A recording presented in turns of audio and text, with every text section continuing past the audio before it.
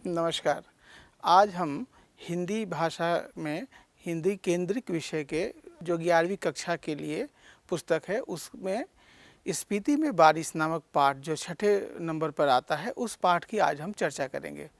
और आज की चर्चा में हम यह जानने की कोशिश करेंगे कि ऐसे जो पाठ हैं जो हमें साहित्य के विषयों से अलग विषयों की ओर लेकर के जाते हैं, वो पाठ हमारे जीवन को कौन सी नई सोच से भर सकते हैं। इस पाठ के लेखक हैं कृष्णनाथ। कृष्णनाथ बनारस के रहने वाले थे और उनका जो जन्म है 1934 ईस्वी में हुआ था। कृष्णनाथ जी एक बहुत अच्छे अध्यापक के रूप में भी जाने जाते हैं। बनारस के काशी विद्यापीठ में वो अंग्रेजी साहित्य के प्राध्यापक भी थे। उन्होंने बहुत सारी पुस्तकें लिखी, लद्दाख में राग विराग, किन्नर धर्मलोक, स्पीति में बारिश, पृथ्वी परिक्रमा, हिमाल यात्रा, अरुणाचल यात्रा, बौद्ध निबंधावली और हिंदी और अंग्रेजी में अनेक पुस्तकों का संपादन किया और उन्हें लोहिया सम्मान से सम्मानित भी किया गया। सन 2016 में उनकी मृत्यु हुई। ये जीवन जो है, ये जीवन विविध यात्राओं से भरा हुआ जीवन रहा उनका, जिसमें उन्होंने अनेक स्थानों की यात्रा की। उनके भीतर की जो सृजनात्मकता है वो उन्हें मजबूर करती रही कि वो नए नए क्षेत्रों को देखें, उधर जाएं और उधर आकर के अपने अनुभवों को उस स्थान के अनुभवों के साथ जोड़ें और एक ऐसा परिदृश्य प्रस्तुत करें जिसे हम पहले से नहीं जानते हैं। इसलिए उनके यात्रा वृत्तांत जो है एक विशेष महत्व रखते हैं। उनके व्यक्तित्व के कई पहलू हैं। उन्होंने काशी हिंदू विश्वविद्यालय से अर्थशास्त्र में एमए किया। उसके बाद वो समाजवादी आंदोलनों से जुड़े रहे, बौद्ध धर्म की ओर उनका विशेष झुकाव हुआ और अर्थशास्त्र के ही प्रोफेसर के रूप में वो काशी विद्यापीठ में रहे। अंग्रेजी की दो बड़ी मशहूर पत्रिकाएं रहीं, जो मैनकाइंड एक उसमें से प्रमुख पत्रिका है, उसका उन्होंने संपादन किया। साथ ही हिंदी के साहित्य में चर्चित पत्रिका कल्पना का भी संपादन कृष्णनाथ जी द्वारा किया गया। बाद में इन सारे उपक्रमों से निकलते हुए वे यात्राओं की ओर उनकी सृजनात्मकता उन्हें ले गई। शायद वो जो कर रहे थे उससे उन्हें संतोष नहीं हो रहा था और वो उससे आगे भी और कुछ करना चाहते थे, कुछ दूसरे ढंग से इस ज़िंदगी को देखना चाहते थे। तो उनके ऊपर जो नागार्जुन बौद्ध धर्म के प्रसिद्ध दार्शनिक हैं, उनका विशेष प्रभाव रहा। राहुल संकीर्त्यायन का भी एक असर हम देख सकते हैं। वज्रयानी जो बौद्ध परंपरा है उसमें लंबी यात्राओं की चर्चा मिलती है। तो कृष्णनाथ भी ऐसे ही वज्रयानी बौद्ध साधुओं की तरह वो निकल पड़ते थे और ऐसे भूदृश्यों की ओर जाते थे जो सामान्यतः हमारे पर्यटन की दिलचस्पी के विषय नहीं होते हैं। यानी कि वो उन क्षेत्रों की ओर जाते थे जहाँ पर सामान्यतः हम नहीं जाते हैं, एक पर्यटक के रूप में नहीं जाते हैं। इसलिए जो वो यात्रा वृत्तांत लिख रहे थे उसमें इतिहास भी है, उसमें भाषा का सौंदर्य है, उसमें पुराण है और एक वो मिथकों का भी संसार उसमें ले आते हैं। जब इस प्रकार से उनके यात्रा वृत्तांत आते हैं तो पाठक मानो उनके साथ साथ यात्रा करते हैं। वे लोग जो इन स्थानों की पहले से यात्रा कर चुके होते हैं वो भी उन यात्रा वृत्तांतों में कुछ नया पाते थे। उन्हें लगता था कि वो ये दृश्य, ये एंगल, ये तरीका वो शायद देखने से चूक गए उन स्थानों की यात्रा करने के बाद भी। तो एक प्रकार से वो संपूर्ण रूप से यात्रा में अपने पाठक को शामिल कर लेते थे। यात्रा वृत्तांत एक नई विधा है। हिंदी साहित्य में अगर हम देखें तो यात्रा वृत्तांत जो है आधुनिक युग में ही हमारे यहाँ शुरुआत होती है। अब क्या है कि यात्रा वृत्तांत जब हम करते हैं तो इसमें स्थान, दृश्य, प्रदेश, इनका वर्णन जो है वो महत्वपूर्ण होता है। जो यात्री है वह यात्री अपने साहित्य में संवेदनशील होने के बाद भी वो एक तरह से निरपेक्ष होता है, तटस्थ होता है और अगर वो ऐसा नहीं करेगा तो क्या होगा? ऐसा नहीं करेगा तो विषय की तुलना में व्यक्तित्व प्रमुख हो जाएगा। यात्रा में विषय का महत्व, यानी कि जिस स्थान की यात्रा की गई है, यानी कि कोई भी अगर मंदिर मस्जिद है, कोई वहाँ ऐतिहासिक स्थल है, कोई नदी है, पहाड़ है, संग्रहालय है, तो उनको जो है वो महत्वपूर्ण बनाते हैं, उसको सजीव बना करके उभारा जाता है। और जो यायावर है उसका कर्तव्य यही होता है कि वो अपने व्यक्तित्व को दबा करके विषय को प्रमुखता से प्रस्तुत करता है, और अगर नहीं करेंगे तो ये आत्मचरित्र में वो बदल जाता है। तो यात्रा वृत्तांत में बड़ा एक नाजुक सा संतुलन कायम करना होता है।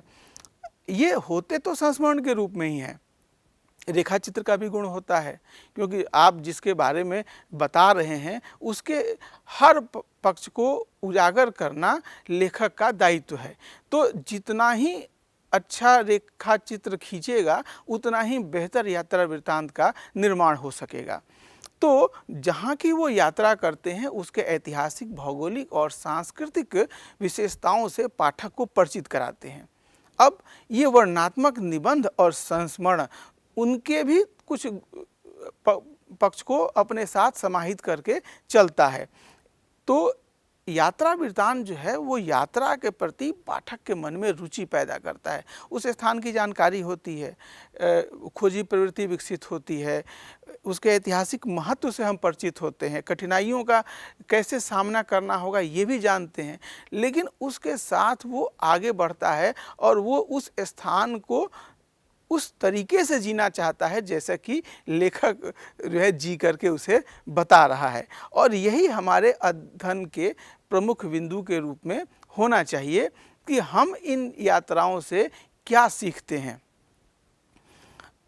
यात्रा वृत्तांत जब आधुनिक रूप से आधुनिक हिंदी गद्य में एक विधा के रूप में आई तो सबसे पहले भारतेंदु हरिश्चंद्र का एक लेख जो है वो हम मान सकते हैं कि हिंदी में शुरुआती यात्रा वृत्तांत है, सरयू पार की यात्रा, फिर लखनऊ की यात्रा, और बालकृष्ण भट्ट जो उनके सहयोगी लेखक थे बाद में, उन्होंने गया यात्रा लिख करके यात्रा वृत्तांत की शुरुआत होती है। राहुल संकीर्त्यायन ने मेरी चीन यात्रा, फिर बाद में भगवत शरण उपाध्याय ने वो दुनिया सागर की लहरों पर, अज्ञेय की बड़ी चर्चित पुस्तक आई अरे यायावर रहेगा याद, और निर्मल वर्मा की एक पुस्तक है चिड़ों पर चांदनी। तो इसमें जो है देश दुनिया के बारे में अलग अलग अनुभवों से पाठक परिचित होते गए और इस विधा को बहुत पसंद किया जाने लगा। राम वृक्ष बेनीपुरी का नाम आता है जिसमें पाँव में पंख बांधकर उनकी रचना का नाम है और वो काफ़ी चर्चित हुई। अज्ञेय जो हिंदी के एक महत्वपूर्ण लेखक हैं, उन्होंने जय जानकी जीवन यात्रा नाम से बिहार और नेपाल में एक सहयोगी लेखकों के साथ यात्रा वृत्तांत लिखने का एक प्रयास किया। तो ये एक अलग ढंग का सहयोगी यात्रा वृत्तांत का प्रयास था। इसके अलावा एक और लेखक हैं प्रभाकर द्विवेदी, उनकी भी रचनाएं बहुत पसंद की जाती हैं यात्रा वृत्तांत के रूप में। और इस पाठ के जो लेखक हैं कृष्णनाथ, उन्होंने इस विधा को एक मर्मस्पर्शी विधा के रूप में विकसित किया। जब कृष्णनाथ ने इस विधा को अपनाया तो उनके भीतर एक सृजन की इच्छा मौजूद थी, वो तड़प मौजूद थी जो कविता कहानी से शायद पूरी नहीं हो पा रही थी। तो उनके भीतर के सृजन के आकांक्षी व्यक्तित्व ने यायावरी को एक नया आयाम दिया और वो लंबी लंबी यात्राओं पर निकल पड़े। जब उन्होंने इन यात्राओं को शब्दों में बांधना शुरू किया तो ये विधा जो है एक विलक्षण विधा के रूप में सामने आई। इस पाठ के लेखक कृष्णनाथ जहाँ की भी यात्रा करते हैं वहाँ वो केवल पर्यटक के रूप में नहीं जाते हैं, बल्कि एक तत्ववेत्ता की तरह वहाँ का अध्ययन करते हैं। और यह अध्ययन शुष्क नहीं होता है, बल्कि उस स्थान विशेष से जुड़ी हुई स्मृतियों को वो उधेड़ते हैं।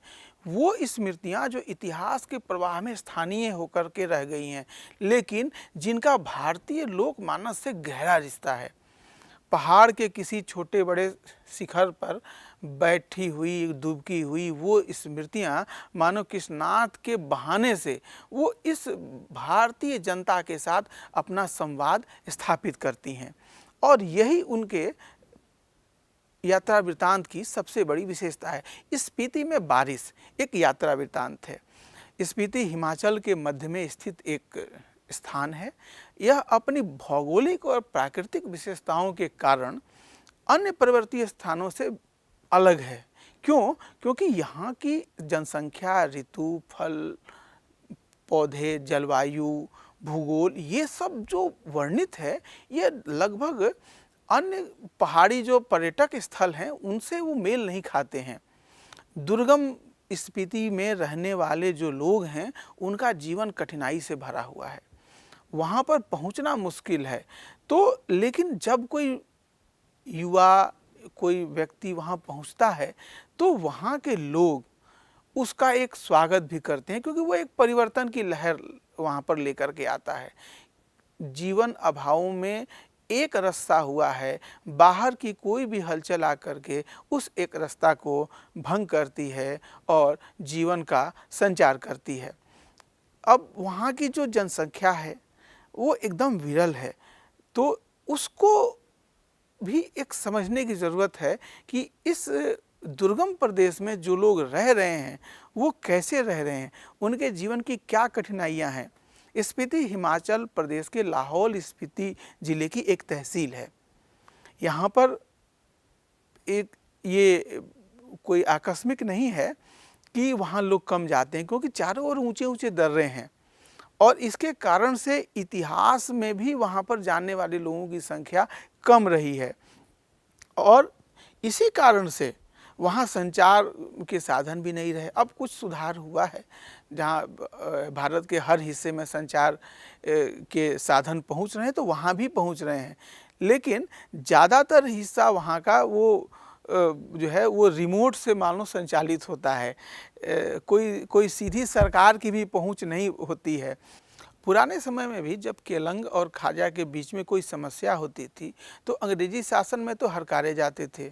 बाद के समय में आज़ाद भारत में भी वायरलेस सेट का ही सहारा होता था और शासन की कोई सीधी पकड़ उन इलाकों में नहीं बन पाती थी।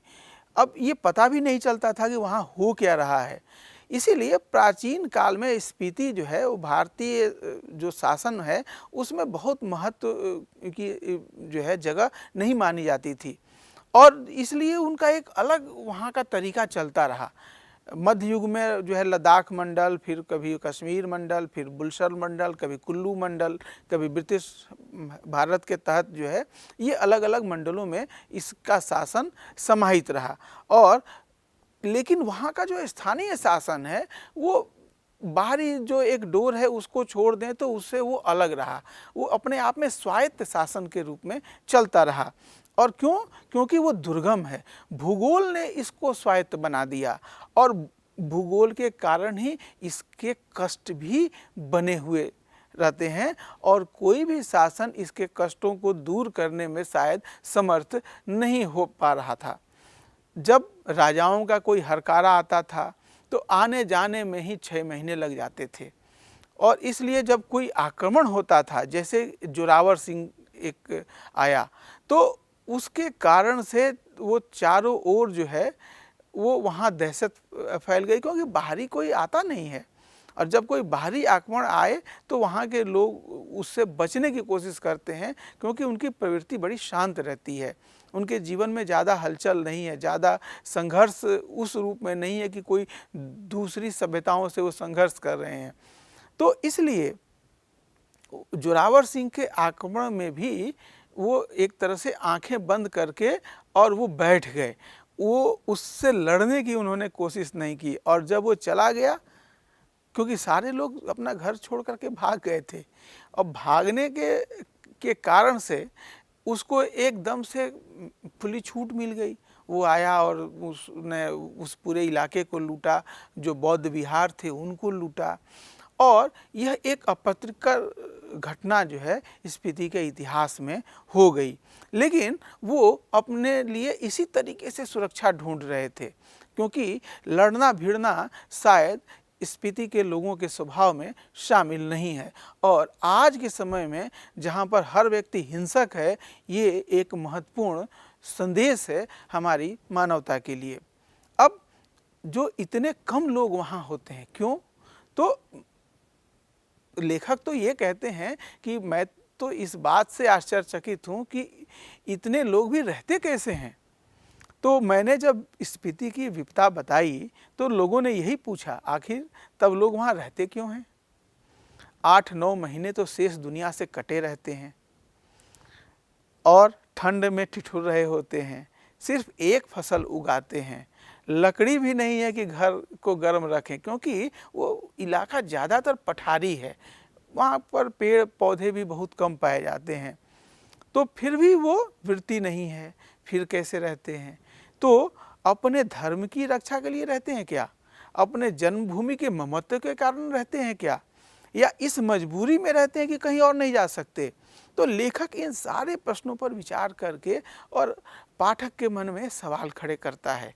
जब आप पाठ को पढ़ते हैं, पाठ में जाते हैं, तो ये सवाल धीरे धीरे लेखक आपके मन में डालता जाता है कि वहाँ के लोगों के जीवन के बारे में जो विद्यार्थी है वो सोचे, जो पाठक है वो सोचे कि आखिर वहाँ के लोग इतने कष्ट में भी वहाँ पर क्यों रहते हैं।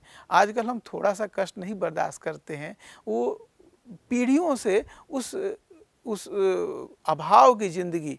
अब अभाव भी एक ऐसा शब्द है जो हम अपने संदर्भों से समझते हैं। जो वस्तु मेरे लिए अभाव है शायद किसी दूसरे के लिए नहीं हो। तो वहाँ के लोग वाकई क्यों उन स्थितियों में जी रहे हैं, लेखक यह सवाल हमारे मन में खड़ा करता है। और वो कहता है कि मैं तो इतना देखता हूँ कि यहाँ रह रहे हैं, इसलिए रह रहे हैं और कोई तर्क नहीं है। तर्क से हम किसी चीज़ को भले सिद्ध कर सकें, स्पीति में रहने को नहीं सिद्ध कर सकते, लेकिन तर्क का इतना मोह क्यों करना? ज़्यादा करके संसार और निर्वाण अतर्क है, तर्क से परे है। तो लेखक इस तरीके से उनके वहाँ रहने को तर्क से परे मानता है। शिव का अट्टहास नहीं, हिम का आर्तनाद है। लेखक लिखते हैं, पहाड़ के शिखरों पर जो बर्फ जमी होती है उसे शिव की तेज हंसी का कारण माना जाता है, परंतु स्पीति में यह मान्यता लागू नहीं होती। यहाँ बर्फ कष्टों का प्रतीक है। जीवन में इतने अभाव हैं कि यहाँ दर्द के सिवाय कुछ भी नहीं है। यही चीख पुकार दर्द बर्फ के रूप में जमा हो गया है। तो ये कथा जो है पहाड़ों की व्यथा की कथा है। लेखक कृष्णनाथ मानते हैं कि स्पीति की व्यथा की कथा को पहाड़ की ऊंचाई के आंकड़ों में नहीं बताया जा सकता, न ही इसे सुंदरता को इंच में मापने के जो अभ्यासी हैं उनको समझाया जा सकता है। जो लोग पहाड़ों के बारे में उत्सुक होते हैं उनको यह जरूर जानना चाहिए कि स्पीति हिमालय के मध्य भाग में स्थित है। हम ज़्यादातर लेखक बहुत व्यंग्यात्मक लहजे में कहते हैं कि जो स्केटिंग या सौंदर्य प्रतियोगिता या आइसक्रीम वगैरह की जो बातें करते हैं, छोले भटूरे का कुल्लू मनाली, शिमला, मसूरी, नैनीताल, श्रीनगर, ये सब हिमालय नहीं हैं। ये सब हिमालय के तलहटी के हिस्से हैं, हिमालय का तलुआ हैं। तो ये जो स्पीति का जो क्षेत्र है वो असली हिमालय के बीचों बीच बसा हुआ जो क्षेत्र है वो क्षेत्र है। अब स्पीति की एक खास बात है इतिहास में। जब हम भारत के इतिहास को देखते हैं तो एक स्पीति रेगुलेशन की चर्चा हमें मिलती है। लेखक ने भी इसका जिक्र किया है कि 1873 ईस्वी में ब्रिटिश सरकार के समय में एक स्पीति रेगुलेशन नामक कानून पारित किया गया और इस कानून के द्वारा लाहौल और स्पीति को विशेष दर्जा दिया गया। और यहाँ पर जो ब्रिटिश कानून थे, जो दूसरे कानून जो पूरे देश में लागू होते थे, वो यहाँ पर लागू नहीं होने की बात इस कानून में रखी गई। साथ ही जो स्थानीय जो मुखिया होते हैं, नोनो, वो एक तरह से रिप्रेजेंटेटिव का काम कर रहे थे उस समय, तो उनको जो है स्थानीय शासन के सारे अधिकार दे दिए गए। वही मालगुजारी इकट्ठा करते थे, फौजदारी के छोटे मोटे मुकदमों का फैसला भी वही करते थे। और बहुत बड़े जो मामले होते थे वही कमिश्नर तक भेजे जाते थे। तो वहाँ पर जो घटनाएं हुई, चूँकि स्थानीय ही शासन था, बाहरी दुनिया से कटा हुआ क्षेत्र था, तो ज़्यादातर इतिहास में वहाँ की घटनाएं दर्ज नहीं हो पाई हैं, क्योंकि जो लोग बाहरी लोग हैं उनको वहाँ जाने के लिए ऊंचे ऊंचे दर्रों से और कठिन रास्तों से गुजरना पड़ता है। यहाँ साल में 8-9 महीने बर्फ़ रहती है और बारिश बहुत कम होती है। असल में इस पाठ का जो शीर्षक है वो इसी बात से लिया गया है कि स्पीति में बारिश का होना एक बड़ी घटना है। तो जब लेखक स्पीति की यात्रा कर रहा था, वहाँ जो मौसम है एकाएक बदल गया और बारिश हो गई। तो जब बारिश हुई तो स्थानीय लोगों ने लेखक का हर्षित होकर के स्वागत किया और उन्हें लगा कि इस व्यक्ति के आने से शायद यह ऐसा संयोग घटित हुआ कि यहाँ बारिश हो गई। तो लेखक ने उस अनुभव को भी दर्ज किया हुआ है जब वो वहाँ पहाड़ों में गया। तो जाने पर क्या अनुभव हुआ, इसको लिखते हुए कहते हैं कि मैं ऊंचाई के माप के चक्कर में नहीं हूँ, न इनसे होड़ लगाने के पक्ष में हूँ। वह एक बार लोसर में जो कर लिया सो बस है। इन ऊंचाइयों से होड़ लगाना मृत्यु है। हाँ, कभी कभी उनका मान मर्दन करना मर्द और औरत की शान है। मैं सोचता हूँ कि देश और दुनिया के मैदानों से और पहाड़ों से युवक युवतियाँ आएं और पहले तो स्वयं अपने अहंकार को गलाएं, फिर इन चोटियों के अहंकार को चूर करें, उस आनंद का अनुभव करें जो साहस और कुवत से यौवन में ही प्राप्त होता है। अहंकार का ही मामला नहीं है ये माने कि चोटियाँ बूढ़े लामाओं के जाप से उदास हो गई हैं। युवक युवतियाँ किलोल करें तो यह भी हर्षित हों। अभी तो इन पर स्पीति का आर्तनाद जमा हुआ है। वह इस युवा अट्टहास की गर्मी से कुछ तो पिघले, यह एक युवा निमंत्रण है। तो लेखक वहाँ पर जब जाता है तो वहाँ की जो शांत जो पूरी की पूरी स्थिति है, सामाजिक जो वहाँ का माहौल है उसको देखता है, चोटियों को देखता है और वो इस जड़ता को तोड़ने के उपाय सोचता है। और युवा मन हमेशा जो परंपरा की भी जड़ता है उसको तोड़ने का काम करते हैं। माने की चोटियाँ क्यों कहा, तो जो बौद्ध मंत्र हैं एक बीज मंत्र के रूप में जाना जाता है और कहते हैं ओम मणि पद्मे हुम। तो यह एक ध्वनि मंत्र है जो ध्यान साधना के लिए प्रयुक्त होता है। बोधिसत्व आर अवलोकितेश्वर ने इस मंत्र का सबसे पहले उच्चारण किया था। इसके उच्चारण से करुणा की उत्पत्ति होती है। तो इस मंत्र को संक्षेप में माने कहते हैं। तो इन चोटियों का नाम भी उसी मंत्र के नाम पर माने की चोटियाँ, माने चोटियाँ भी कहा गया है। तो ये क्योंकि अब क्यों माने कहा गया कि वहाँ पर बौद्ध भिक्षुक बहुत बड़ी संख्या में रहते हैं और वो हमेशा इन्हीं मंत्रों का जाप करते हैं। तो माने मंत्रों का जाप करने के कारण उन चोटियों को भी जो इन माने मंत्रों से गूंजती रहती हैं माने कहा गया। तो लेखक कहता है कि माने की चोटियाँ बूढ़े लामाओं के द्वारा जाप किए गए मंत्रों के कारण उदास प्रतीत हो रही हैं। तो जब यहाँ पर युवक युवती आएंगे वो एक अलग ध्वनि, किलोल की ध्वनि निकालेंगे तो शायद यहाँ भी जीवन का नए ढंग से संचार होगा। स्पीति में बारिश कभी कभी होती है और वर्षा ऋतु जो है वो इस प्रकार से बहुत थोड़ी देर के लिए होती है कि वहाँ मन की साध पूरी नहीं हो पाती। धरती हमेशा सूखी, बंध्या और ठंडी रहती है। तो इस कारण से वहाँ फसलें भी कम होती हैं। साल में एक ही फसल होती है। 2 किस्म का जौ हो गया, गेहूं है, मटर है, सरसों है। तो ज़्यादा विविधता नहीं है फसलों में और सिंचाई के साधन भी कम होते हैं। जो पहाड़ से आने वाले नाले हैं या उनके ऊपर कुल बनाए जाते हैं तो उनसे थोड़ी बहुत सिंचाई का काम लिया जाता है। और नालियाँ भी हैं जो पहाड़ के किनारे दूर दूर तक जो है फैली हुई होती हैं, चली जाती हैं।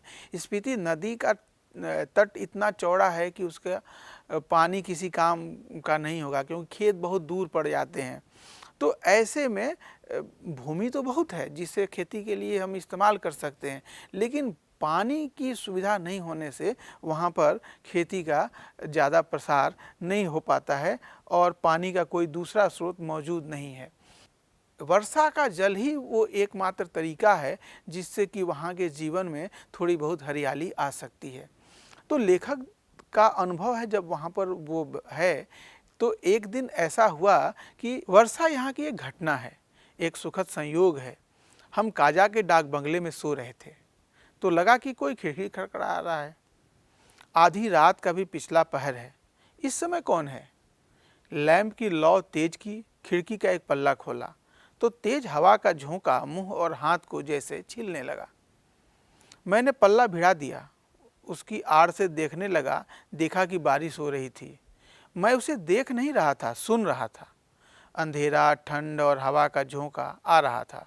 जैसे बर्फ का अंश लिए तुषार जैसी बूंदें पड़ रही थीं, जैसे नगाड़े पर थाप पड़ रही थी। दुंगछेन को हवा बजा रही थी। महाशंख की ध्वनि घाटी में तैर रही थी। स्पीति की घाटी में वर्षा हो रही थी। कमरे में ठंड बढ़ रही थी। मैं बिस्तर में पड़ा पड़ा मालूम नहीं कब सो गया। सुबह उठा, चाय पीते पीते सुना कि स्पीति के लोग कह रहे हैं कि हमारी यात्रा शुभ है। स्पीति में बहुत दिनों के बाद बारिश हुई है। तो लेखक ने वहाँ के शब्द दुंगछेन का उपयोग किया है। तो एक स्थानीय वाद्य यंत्र है जो नगाड़े जैसी ध्वनि निकालता है। तो वहाँ का जो मौसम है, वहाँ पर बारिश जो कम होती है वो एक घटना की तरह बारिश आती है और स्थानीय लोग किसी एक बाहरी को भी उसका कारण मान लेते हैं कि वो आया है तो बारिश हुई है। तो इस प्रकार से एक सरल समाज है, एक सहज समाज है जो अभाव में जीता है और अपने विश्वास में, अपने सोच में वो किसी को भी अपने साथ मिलाने के लिए, अपनाने के लिए तैयार रहता है। इसमें ऐसे पाठ के भीतर शब्द आए हैं, लेखक ने इस्तेमाल किए हैं। अगर आप ध्यान दें तो कुछ ऐसे शब्द हैं जो आपको पढ़ते समय लगेंगे कि ये शायद हमारे सामान्य बोलचाल की भाषा के शब्द नहीं हैं। कुछ तो लेखक के ऐसे शब्द हैं, क्योंकि लेखक एक प्रोफेसर हैं तो उनकी एक भाषा थोड़ी सी ऐसी होगी जो रचनात्मक संदर्भों में इस्तेमाल होती है, जो आम विद्यार्थी के लिए उस रूप में सहज नहीं है, उसकी बोलचाल में वो सम्मिलित नहीं है। जैसे अलंघ शब्द का इस्तेमाल किया है, तो जिसे हम पार नहीं कर सकते हैं उसे हम अलंघ कहते हैं। स्वायत्त शब्द है, जब हम बात कर रहे थे स्पीति की, काजा की बात कर रहे थे, स्वायत्त शब्द का इस्तेमाल हुआ। तो इसका मतलब है कि जो अपने आप में स्वतंत्र हो, उसके ऊपर किसी का शासन नहीं हो। इसी प्रकार से आपने देखा हरकारा शब्द आया था। हरकारा क्या होता है?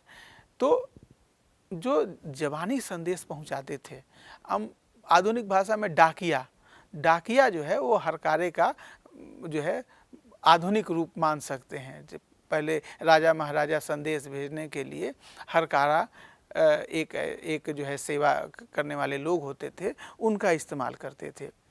एक पेड़ का नाम आया है चांगमा, वो उस इलाके में पेड़ है, स्थानीय भाषा में उसे चांगमा कहते हैं। रेगुलेशन शब्द आपने इस पाठ में रेखांकित किया होगा। तो जो नियम है, कानून है, उनके लिए जो व्यवहारिक कानून होते हैं उसके लिए रेगुलेशन शब्द का इस्तेमाल किया जाता है। निर्वाण शब्द आया है, यानी कि जीवन के चक्र से पार जाने की स्थिति जो होती है, बौद्ध दर्शन में ये एक विशेष इसका महत्व है। तो चूँकि बौद्ध मत से बहुत ज़्यादा प्रभावित भी रहे, जुड़े हुए रहे, जिस स्थान की यात्रा की वहाँ भी बौद्ध मत का असर है, वहाँ पर बूढ़े लामाओं की चर्चा है। तो ऐसे में निर्वाण शब्द जो है वो एक बौद्ध विमर्श का शब्द भी लेखक ने इस्तेमाल किया है। आप देखिए तो इसमें ऐसे बहुत सारे शब्द आए हैं जो हमारी संस्कृत से आए हैं। आर्तनाद है, जो है संहार है, पावस है, लालित शब्द आया है, संवेदन है। तो इस प्रकार के शब्दों को लेते हैं और उसे बोलचाल की भाषा में इस्तेमाल करते हैं। ये पाठ जो है, पाठ के शुरुआत में 2 पंक्तियां कृष्णनाथ ने लिखी हैं और लिखा है, चलते चलते अंत नहीं, अंत बिना छुटकारा नहीं, इसलिए तपस है, धुआं है, यानी इच्छा है जान लेने की, पहचान लेने की, लद्दाख में राग विराग। तो इस तरीके से जानने की इच्छा, ये सबसे ऊपर इस बात को लेखक रखता है और उससे वो एक आत्मीय संवाद स्थापित करता है उस स्थान और अपने साथ और अपने पाठकों के साथ। उम्मीद है पाठ पढ़कर आप भी विभिन्न स्थानों की यात्रा करने के लिए प्रेरित होंगे और इस पाठ के दिए गए प्रश्नों को आसानी से हल कर सकेंगे। धन्यवाद।